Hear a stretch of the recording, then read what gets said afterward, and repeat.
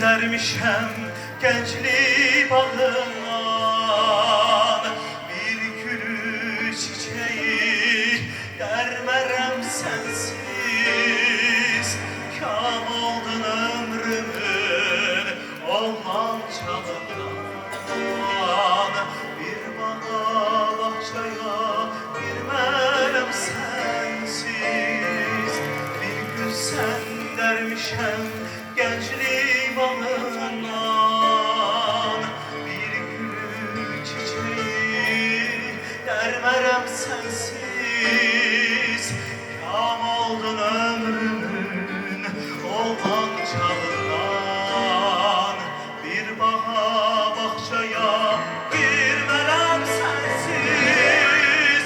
Şükriye taleyim, şükür Hudaya. Gördüğüm doğru mu yoksa bir rüya?